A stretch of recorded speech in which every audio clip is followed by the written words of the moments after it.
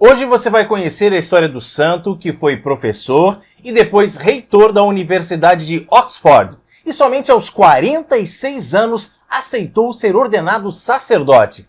É claro que estamos falando de São Ricardo de Chichester.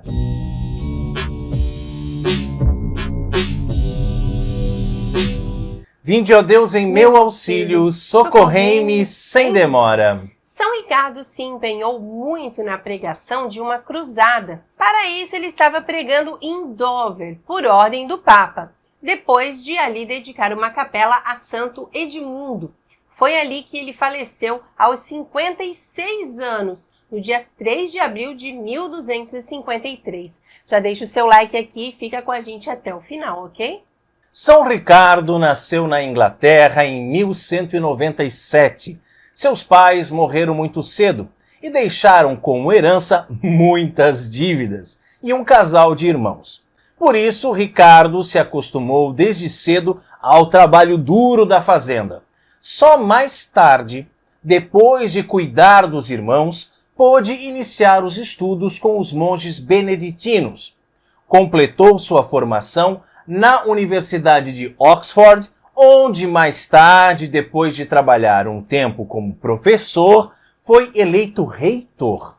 Desde então, começou sua atuação em prol da igreja, pois eram anos de grande corrupção moral. O povo, ignorante e supersticioso, aceitava passivamente a vida devassa dos nobres e do clero, que há muito estava afastado da disciplina monástica, infelizmente, né? Ricardo, ao contrário, vivia com austeridade e passou a lutar por uma reforma geral nos meios católicos, para com isso elevar o nível de vida do povo, tanto material quanto espiritual.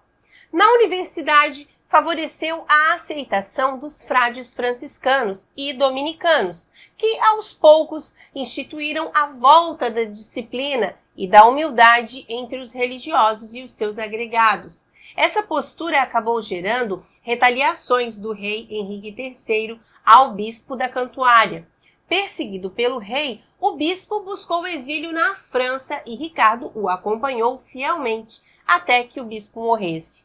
Ao morrer, o bispo Edmundo, que tanto insistiu para que Ricardo fosse ordenado sacerdote, deixou de herança um cálice, que se tornaria mais tarde o emblema de São Ricardo. Os seus talentos e sua dedicação enquanto sacerdote foram recompensados um ano depois, quando o novo arcebispo de Cantuária, Bonifácio de Savoia, o consagrou bispo de Chichester. Henrique III ficou furiosíssimo, tomando posse dos bens da diocese e proibindo Ricardo de assumir o cargo. Mas Ricardo não se intimidou.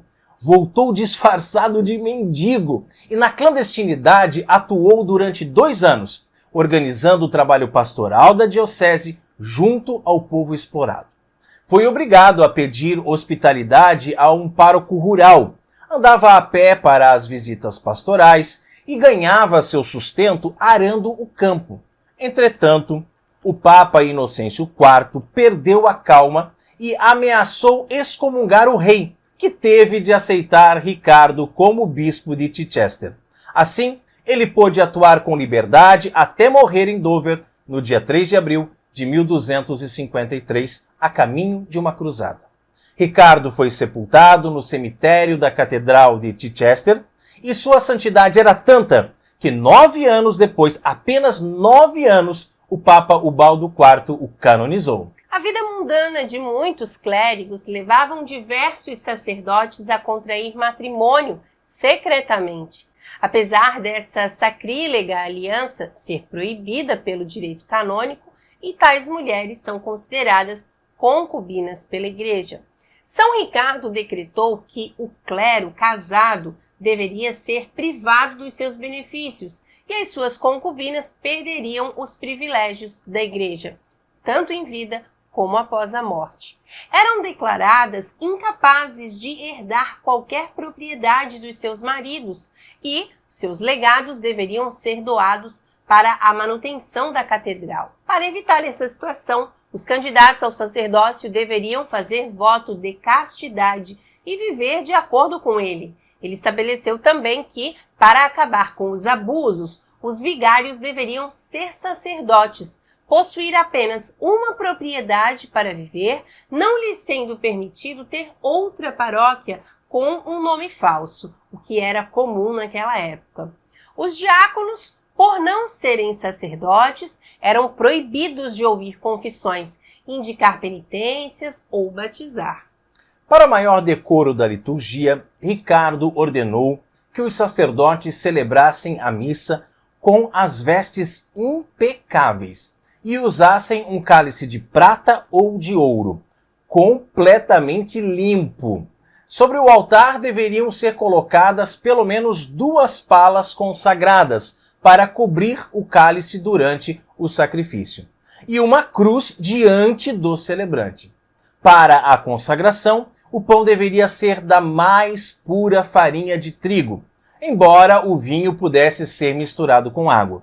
Entretanto, estes elementos não deveriam ser guardados por mais de 7 dias. Quando a hóstia consagrada era levada a um doente, devia ser protegida em um estojo e o padre ser precedido por uma cruz, vela, água benta e sineta. Os arquidiáconos que administravam a justiça deviam se contentar com os seus honorários apropriados, não exigindo mais para apressar ou retardar uma causa. Eles deviam visitar regularmente as igrejas para conferir se os serviços divinos estavam sendo devidamente ministrados, se os vasos sagrados e as vestimentas estavam em ordem, se o cânon da missa era corretamente observado e distintamente lido, assim como as horas canônicas. Deviam ser suspensos os sacerdotes que, por pressa, suprimissem ou arrastassem as palavras. Os clérigos deviam usar o traje apropriado e não imitar o costume dos leigos. Não lhes era permitido usar o cabelo comprido ou adornos mundanos. Os nomes das pessoas excomungadas deveriam ser lidos 4 vezes por ano nas igrejas paroquiais. São Ricardo de Chichester, como nós vimos, se comemora no dia de sua morte, o dia 3 de abril. Mas quais são os outros santos dessa semana, Carol? Vamos para a nossa lista? Vamos lá! Dia 2, São Francisco de Paula. E claro que nós já contamos a história dele e também temos uma novena dedicada a ele aqui no canal. Que bacana, né? Dia 4 é dia de Santo Isidoro. No dia 5, dia de São Vicente Ferrer, que nós já contamos a incrível história dele e nós lançamos esse ano uma novena exclusiva, né? Inédita, né? Dia 6, dia de São Marcelino de Cartago. Dia 7, São Germano José. E para finalizar a semana, dia 8, é dia de Santa Júlia Biliarte. Glória ao Pai, ao Filho e ao Espírito Santo, assim como era no princípio, agora e sempre, por todos os séculos dos séculos. Amém.